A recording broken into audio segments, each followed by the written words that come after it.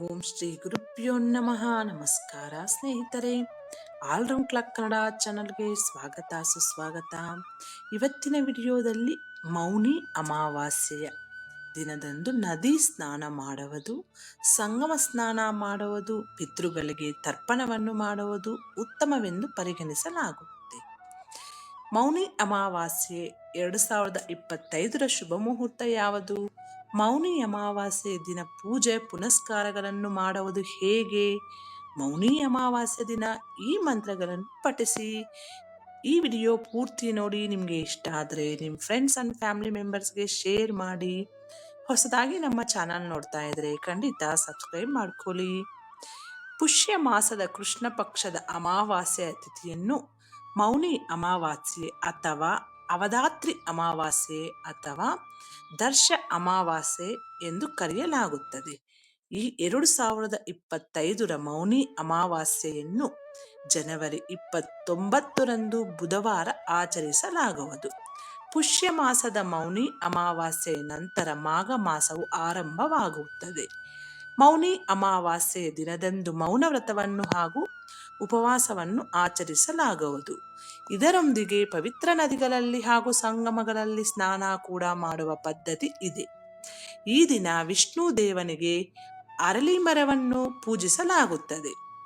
ಮೌನಿ ಅಮಾವಾಸ್ಯೆ ದಿನದಂದು ದೇವರು ಮತ್ತು ದೇವತೆಗಳು ಗಂಗಾ ನದಿಯ ದಡದಲ್ಲಿ ಮತ್ತು ಸಂಗಮದಲ್ಲಿ ಸ್ನಾನವನ್ನು ಮಾಡುತ್ತಾರೆ.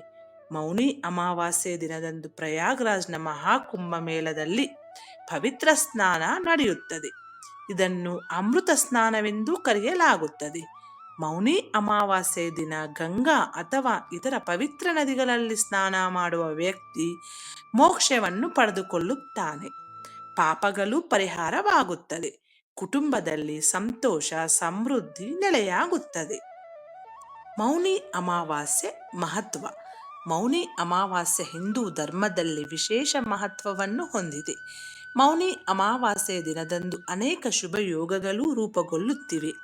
ಈ ಶುಭ ಯೋಗಗಳಲ್ಲಿ ಆ ಶಿವ ಭಗವಂತನನ್ನು ಪೂಜಿಸುವುದರಿಂದ ಜೀವನದ ಎಲ್ಲಾ ದುಃಖಗಳು ಮತ್ತು ತೊಂದರೆಗಳಿಂದ ಪರಿಹಾರ ದೊರೆಯುತ್ತದೆ. ಈ ಸಂದರ್ಭದಲ್ಲಿ ಪೂರ್ವಜರಿಗೆ ತರ್ಪಣ ಮತ್ತು ಪಿಂಡದಾನವನ್ನು ಅರ್ಪಿಸುವ ಸಂಪ್ರದಾಯವೂ ಇದೆ.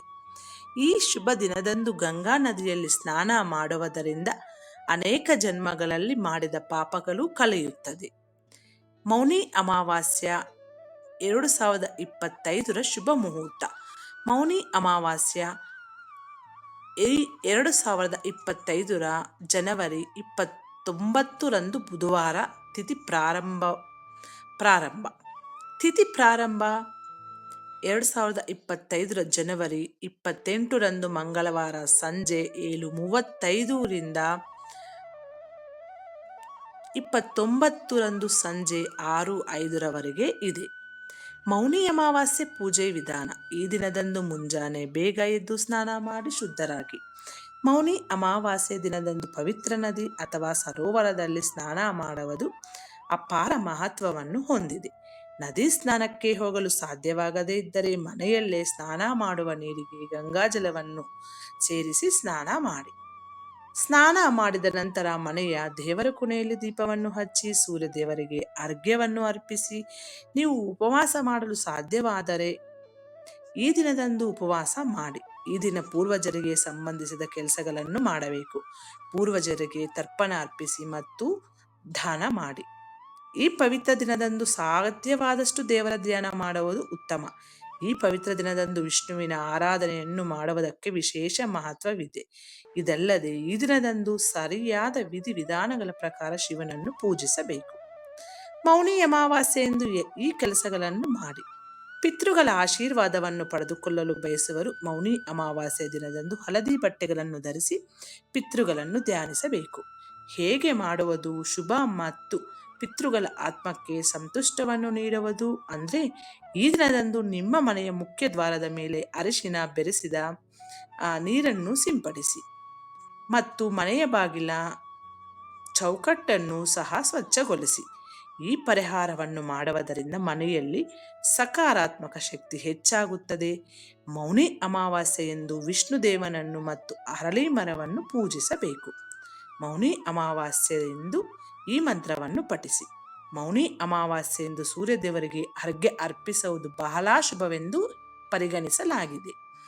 ಈ ಅಮಾವಾಸ್ಯೆಯ ದಿನದಂದು ಈ ಮಂತ್ರವನ್ನು ಪಠಿಸಿದರೆ ಪಿತೃದೋಷದಿಂದ ನಿಮಗೆ ಪರಿಹಾರ ದೊರೆಯುವುದು ಹಾಗೂ ಪಿತೃಗಳು ಕೂಡ ನಿಮ್ಮ ಮೇಲೆ ಸಂತುಷ್ಟರಾಗುತ್ತಾರೆ ಎನ್ನುವ ನಂಬಿಕೆ.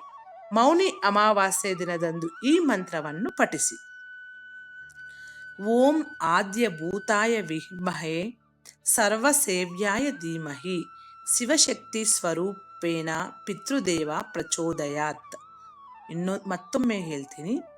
ಓಂ ಆದ್ಯ ಭೂತಾಯ ವಿದ್ಮಹೇ ಸರ್ವಸೇವ್ಯಾಯ ಧೀಮಹಿ ಶಿವಶಕ್ತಿ ಸ್ವರೂಪೇಣ ಪಿತೃದೇವ ಪ್ರಚೋದಯಾತ್.